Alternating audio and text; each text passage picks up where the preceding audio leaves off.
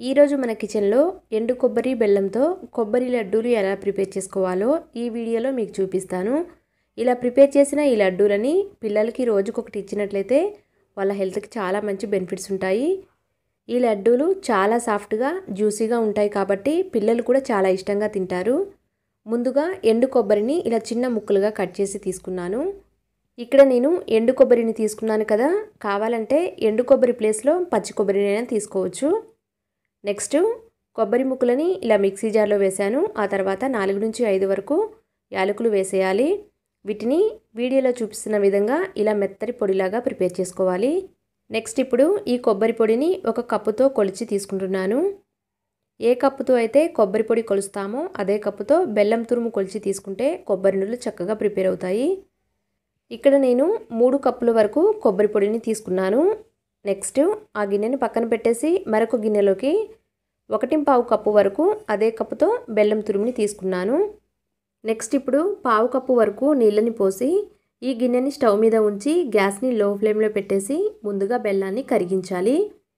వీడియోలో చూపిస్తున్న విధంగా బెల్లం చక్కగా కరిగిన తర్వాత స్టవ్ మీద మరొక పాత్రను పెట్టేసి బెల్లాన్ని ఇలా వడకట్టాలి. ఇలా వడకట్టిన తర్వాత గ్యాస్ని మీడియం ఫ్లేమ్లోకి అడ్జస్ట్ చేసుకొని పాకాన్ని ప్రిపేర్ చేయాలి. ఇక్కడ నేను కొబ్బరి ముక్కలని మిక్సీ పట్టిన తర్వాత డైరెక్ట్గా కొబ్బరి పొడితో లడ్డూల్ని ప్రిపేర్ చేస్తున్నాను. కావాలంటే కొబ్బరి పొడిని 2-3 నిమిషాలు లో ఫ్లేమ్లో వేయించుకొనైనా కొబ్బరి లడ్డూలు ప్రిపేర్ చేసుకోవచ్చు. ఇక్కడ చూడండి, పాకం వచ్చే ముందు లో ఫ్లేమ్లోకి టర్న్ చేసి పాకాన్ని చెక్ చేసుకోవాలి. ఇక్కడ వీడియోలో చూపిస్తున్న విధంగా ఇలా తీగ పాకం రావాలి, ముదురు తీగ పాకం రావాలి. అలా వచ్చిన తర్వాత వెంటనే స్టవ్ ఆఫ్ చేసేసి మనం ముందుగా మిక్సీ పట్టిన కొబ్బరి పొడిని వేస్తున్నాను. ఇలా కొబ్బరి పొడి వేసిన తర్వాత పాకం వేడిగా ఉన్నప్పుడే కొబ్బరి పొడికి చక్కగా పట్టించాలి. పాకం వచ్చే ముందు లో ఫ్లేమ్లోకి టర్న్ చేసి మాత్రమే పాకాన్ని చెక్ చేసుకోవాలి. లేకపోతే పాకం బాగా ముదిరిపోతుంది, అప్పుడు లడ్డూలు చుట్టడానికి కష్టమవుతుంది. వీడియోలో చూపిస్తున్న విధంగా ముదురు తీగ పాకం వచ్చిన తర్వాత స్టవ్ ఆఫ్ చేసేసుకొని ఇలా కొబ్బరి పొడి వేసి పాకం అంతా కూడా కొబ్బరి పొడికి చక్కగా పట్టించాలి.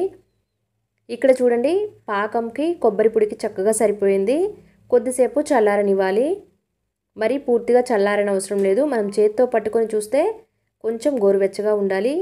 కొంచెం మిశ్రమాన్ని చేత్తో పట్టుకొని చూస్తే తాకగలిగినంత వేడి ఉన్నప్పుడు కొంచెం మిశ్రమాన్ని చేతిలోకి తీసుకొని కావాల్సిన సైజులో కొబ్బరి ఉండలు చుట్టుకోవడమే. ఇలా ప్రిపేర్ చేసిన ఈ కొబ్బరి ఉండలు పూర్తిగా చల్లారిన తర్వాత ఒక గాజు సీసాలో పెట్టుకుంటే 15 నుంచి 20 రోజుల పాటు పిల్లలతో పాటు పెద్దవాళ్ళు కూడా హ్యాపీగా తినేయచ్చు. ఈ లడ్డూలని ఎవరైనా కూడా చాలా ఈజీగా ప్రిపేర్ చేసుకోవచ్చు. ఇక్కడ మనం ఎండు కొబ్బరిని తీసుకున్నాం కదా, ఎండు కొబ్బరి ఇష్టం లేకపోతే పచ్చి కొబ్బరినైనా తీసుకోవచ్చు. ఇక్కడ చూడండి, కొబ్బరి మిశ్రమం లాస్ట్ వరకు కూడా డ్రై అవ్వకుండా చాలా జ్యూసీగా ఉంది. మనం ప్రిపేర్ చేసే పాకాన్ని బట్టే లడ్డూలు చక్కగా కుదురుతాయి. తీగ పాకం వచ్చిన తర్వాత స్టవ్ ఆఫ్ చేసేసి కొబ్బరి పొడి వేసి కలుపుకుంటే ఇలా ప్రిపేర్ చేసే ప్రతి లడ్డు కూడా చాలా సాఫ్ట్గా అలాగే జ్యూసీగా ఉంటుంది. అలాగే 3 కప్పుల వరకు కొబ్బరి పొడిని తీసుకున్నాం కదా, 1.5 కప్పు వరకు బెల్లం తురుముని తీసుకున్నాను. తినే తీపిని బట్టి కొంచెం ఎక్కువ తక్కువ అయినా వేసుకోవచ్చు.